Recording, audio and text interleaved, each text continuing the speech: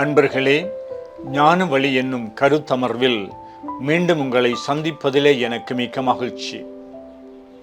நாம் பகலில் விழித்திருந்து இரவில் தூங்குகின்றோம், நித்திரை கொள்ளுகின்றோம். இந்த தூக்கமும் தூக்கமின்மையும் எங்களுடைய உடலை பாதிக்கின்றது. ஒருவர் குறிப்பிட்ட அளவு தூங்குகின்ற பொழுது, நித்திரை கொள்ளுகின்ற பொழுது அவருடைய உடல் மீண்டும் புத்துயிர் பெறுகின்றதாகவும், இளைப்பாறுதல் பெறுகின்றதாகவும், மன ஆறுதல் பெறுகின்றதாகவும், ஒரு புதிய நாளுக்கு விழித்தெழுகின்ற பொழுது அவர் இரவிலே நன்றாக தூங்கினார் என்று சொன்னால் அவருடைய அடுத்த நாள் வாழ்வு மிகவும் குதூகலமாகவும் பலம் உள்ளதாகவும் இன்னும் ஆர்வம் உள்ளதாகவும் இருக்கும். ஆனால் எம்மில் சிலர் தூக்கமின்மை, தூக்கம் இல்லை என்று சொல்லி நாங்கள் முறையிடுகின்றோம். அதற்கு பல காரணங்கள் இருக்கலாம். ஒன்று, எங்களுடைய உடல் அதிகமாக பலவீனப்படுத்தப்பட்டு அது களைப்புற்றாலும் சில வேளைகளிலே தூக்கம் வராமல் இருக்கலாம்.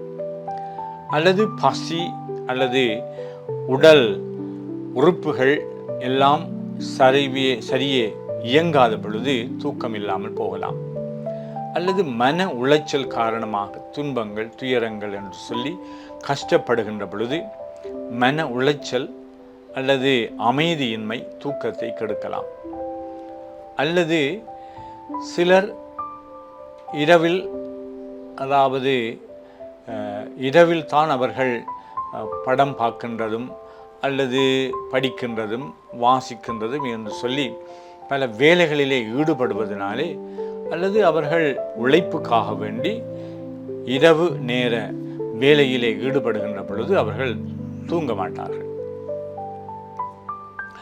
இன்னும் சிலர் உடல் நோவுகளினாலே பாதிக்கப்பட்டவர்களாக தூக்கத்தை அவர்கள் கடைசி மட்டும் தூங்குவது கடினமாக இருக்கலாம். இப்படி பலர் தூங்க விரும்புகின்றோம், நாங்கள் நித்திரை கொள்ள விரும்புகின்றோம். ஆனால் இன்ன காரணங்களினாலே அவை நல்ல காரணங்களாக இருக்கலாம், அல்லது எங்களுக்கு விருப்பமில்லாத காரணங்களாக இருக்கலாம். இந்த தூக்கம் என்கின்ற ஒரு உரிமையை எங்களில் பலர் நல்ல நோக்கத்திற்காக தூங்காமல் இருக்கின்றோம், விழித்திருக்கின்றோம்.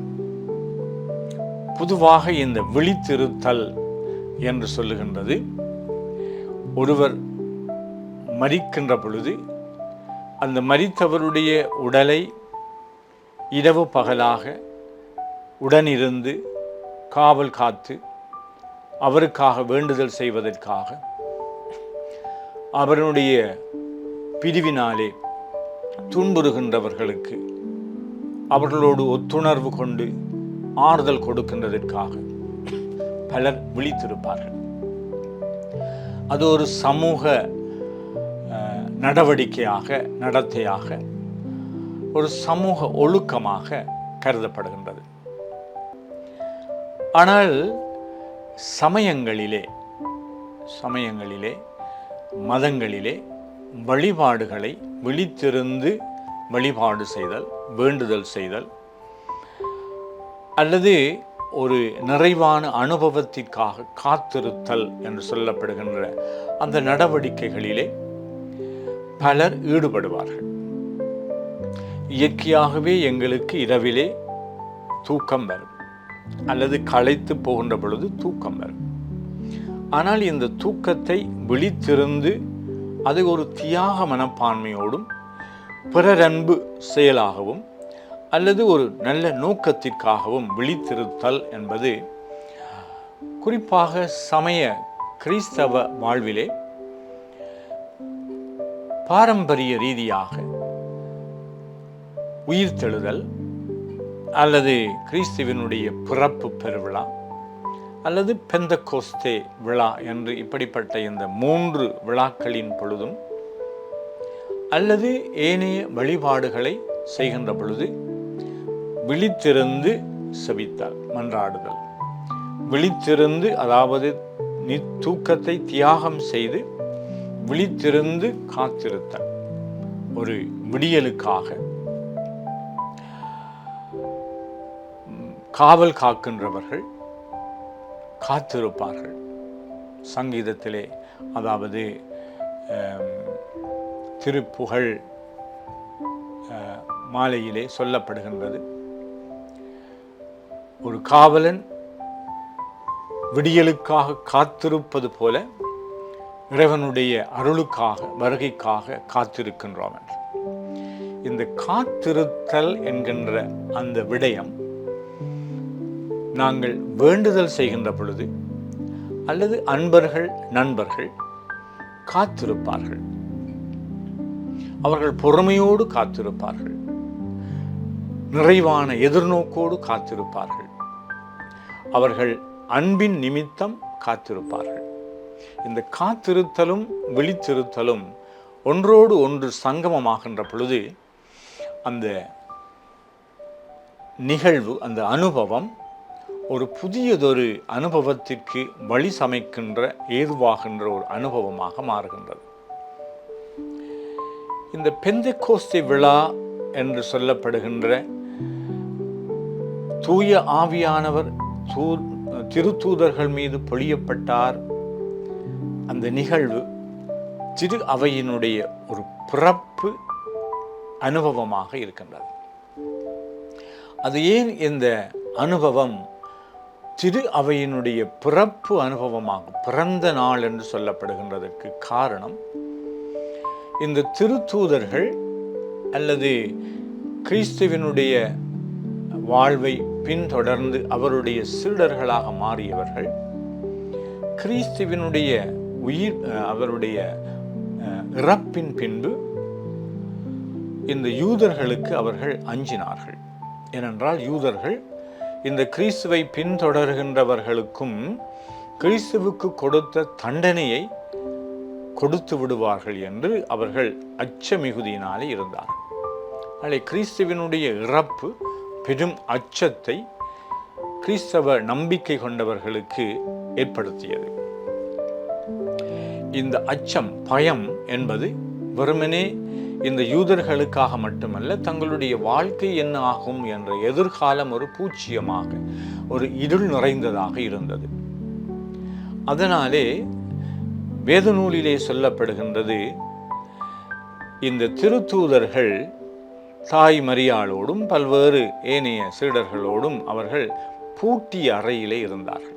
இந்த பூட்டிய அறை என்று சொல்கின்ற பொழுது அவர்கள் பயந்து அச்சம் மிகுதியினாலே ஆட்கொள்ளப்பட்டவர்களாக இருந்தார்கள்.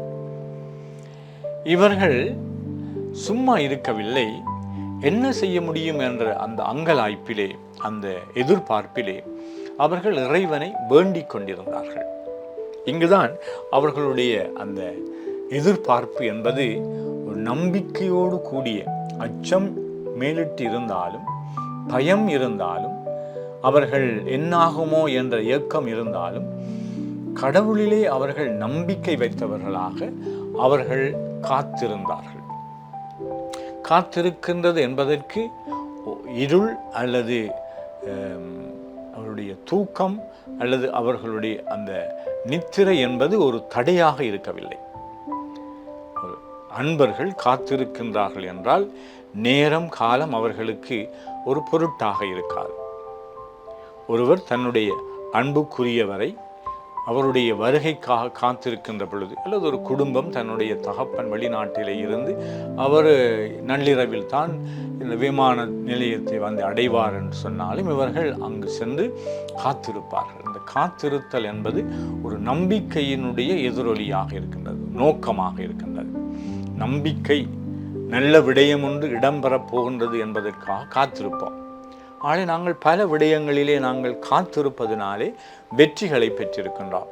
பொறுமையோடு இருப்பதனாலே அந்த நிகழ்வுகள் பல எங்களுக்கு சாதகமாக அமைகின்ற அந்த கட்டங்கள் எங்களுக்கு இடம்பெறுகின்றன. காத்திருப்பது என்பது அல்லது விழித்திருப்பது என்பது சாதாரணமான மனித உறவாடல்களிலே அவை ஒரு நற்பயனை பிறப்பிக்கின்ற அனுபவங்களாக இருக்கின்றன.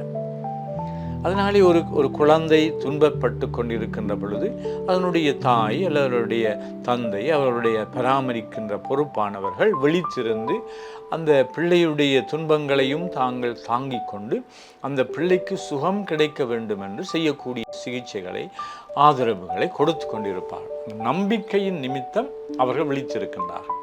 இந்த விழித்திருத்தல் என்பது வெறுமனே ஒரு கட்டாயத்தினாலே அல்லது ஒரு எதிர்மறையான அனுபவங்கள் மீது அதனுடைய வெளிப்பாடாக ஒரு நோவு தயக்கம் என்பதனாலே அல்ல, மாறாக ஒரு நல்ல நோக்கத்திற்காக விழித்திருத்தல்.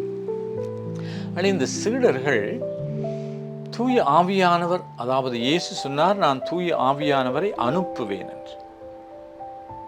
தன்னுடைய இந்த உயிர்ப்பின் ஆவியை அவர்கள் மீது அவர் பொழிய இருக்கின்றார் என்று, தூய ஆவியினாலே ஆட்கொள்ளப்படுவார்கள் என்ற அந்த நம்பிக்கையிலே அவர்கள் விழித்திருந்து மன்றாட்டிலே ஈடுபட்டிருந்தார்கள். இந்த ரெண்டும் முக்கியமானது. ஒன்று விழித்திருத்தல், மற்றது நம்பிக்கையோடு இருத்தல், மற்றது அது கிடைக்க வேண்டும் என்ற அந்த மன்றாட்டிலே ஈடுபடுதல். அதனால் இந்த மன்றாட்டு என்பது திரு அவையிலே அல்லது அதற்கு முன்னதாக இறை மக்களாக இஸ்ரேல் மக்கள் வழி நடத்தப்பட்ட பொழுது எல்லாம் இறைவனுக்கும் அவர்களுக்கும் இடையிலே இருந்த அந்த உறவிலே அவர்கள் இறைவனை வேண்டுகின்ற பொழுது நீண்ட நேரம் அவர்கள் மன்றாடினார்கள். ஒரு வேண்டுகோள் எங்களுக்கு கிடைக்க வேண்டும் என்றால் சில வேளைகளிலே ஒரு சொல்லிலே எங்களுக்கு கிடைக்கலாம். ஆனால் சில வேளைகளிலே நாங்கள் மீண்டும் மீண்டும் நீண்ட நேரமாக காத்திருந்து அதற்காக இயங்குகின்ற பொழுது, மன்றாடுகின்ற பொழுது, அதற்கான வழிமுறைகளிலே ஈடுபடுகின்ற பொழுது, அது காலம் தாழ்த்தினாலும் அது கிடைக்கும் என்ற அந்த நம்பிக்கையோடு செயல்படுகின்ற பொழுது பலர் தங்களுடைய வாழ்க்கையிலே வெற்றிகளை, நல்ல அனுபவங்களை பெற்றிருக்கின்றார்கள். அல்ல, இந்த திரு அவையிலே குறிப்பாக இந்த கிறிஸ்துவனுடைய பிறப்பை நாங்கள் விழித்திருந்து அந்த பிறப்பை மகிழ்ச்சியாக கொண்டாடுவோம். இதற்கு முன்னதாக 40 நாட்கள் திரு வருகை காலம் என்று எங்களை தயார் செய்து காத்திருக்கின்ற அந்த காலத்தை ஒரு நம்பிக்கையோடு மகிழ்ச்சியோடு நல்ல விடயம் இடம்பெறும் என்ற தளராத அந்த அசைக்க முடியாத இறை நம்பிக்கையோடு காத்திருந்து கிறிஸ்துவனுடைய பிறப்பு விழாவை கொண்டாடுவார்கள். அவ்வாறுதான் கிறிஸ்து இறந்து அவர் உயிர் தெழுந்தார் என்ற மாபெரும் விழாவை கொண்டாடுகின்ற பொழுது நாம் நள்ளிரவிலே முதல் திரு விழிப்பு என்று சொல்லி பல மணித்தியாலங்களாக இந்த மன்றாட்டிலே ஈடுபட்டு கொண்டு இருக்கின்ற பொழுது ஒன்று நாங்கள் எங்களை தயார் செய்கின்றோம். எங்களை அந்த உயிர்ப்பு அனுபவத்திற்கு இட்டு செல்வதற்கு ஒரு தயாரிப்பு என்றது அவசியமாகின்றது. 40 நாட்களாக தவக்காலம் என்று சொல்லி அருள் வழங்குகின்ற காலத்திலே மன்றாட்டங்களுக்கும் இன்னும் தவ முயற்சிகளுக்கும் நாங்கள் பிறர் அன்பு செயல்களிலே ஈடுபட்டு தயார் செய்து இறுதியாக திரு விழிப்பு என்கின்ற ஆராதனையிலே கலந்து கொள்வோம். அவ்வாறு இந்த 3வது பெரும் விழாவாகிய பெந்தெக்கோஸ்தே விழாவிலே இந்த தூய ஆவியானவர் எப்படி காத்திருந்த, ஏக்கத்தோடு காத்திருந்த, நம்பிக்கையோடு காத்திருந்த, மன்றாட்டோடு காத்திருந்த அந்த சீடர்கள் மீது இறங்கினாரோ அவ்வாறு இந்த 3 நிலைகளிலும் நாங்கள் மீண்டும் தூய ஆவியானவரை பெற வேண்டும் என்று காத்திருக்கின்றோம். இந்த பெந்தெக்கோஸ்து விழா இந்த ஞாயிற்றுக்கிழமைக்கு முன்ன நாள் சனிக்கிழமை அந்த மாலையிலே சிலர் 6 மணியிலே இருந்து 12, 1 மணி 2 மணி வரை அவர்கள் திரு விழிப்பு என்று சொல்லி ஆராதனையிலே பாடல்களிலும் மன்றாட்டங்களிலும் இன்னும் வழிபாடுகளிலும் திருப்பலியிலும் கூட அவர்கள் கலந்து இந்த திரு விழிப்பு ஆராதனையிலே அவர்கள் தங்களை தயார் செய்து தங்களுடைய உள்ளத்தை தூய்மைப்படுத்தி அவர்கள் தயார் நிலையிலே இருக்கின்ற பொழுது பெந்தெக்கோஸ்து விழாவின் பொழுது எப்படி இந்த திருத்தூதர்கள் தூய ஆவியானவருடைய அருங்கொடைகளினாலே நிரப்பப்பட்டார்களோ அப்படிப்பட்ட ஒரு புது வாழ்வுக்கு எவ்வாறு காவலர்கள் சூரிய உதயத்திற்காக காத்திருப்பது போல ஆவலோடு காத்திருக்கின்ற இந்த மக்கள் உங்கள் அனைவர் மீதும் தூய ஆவியானவர் இந்நாளிலே பொழியப்பட வேண்டும் என்று அருள் வேண்டி மன்றாடி நிற்கின்றேன். ஆமென்.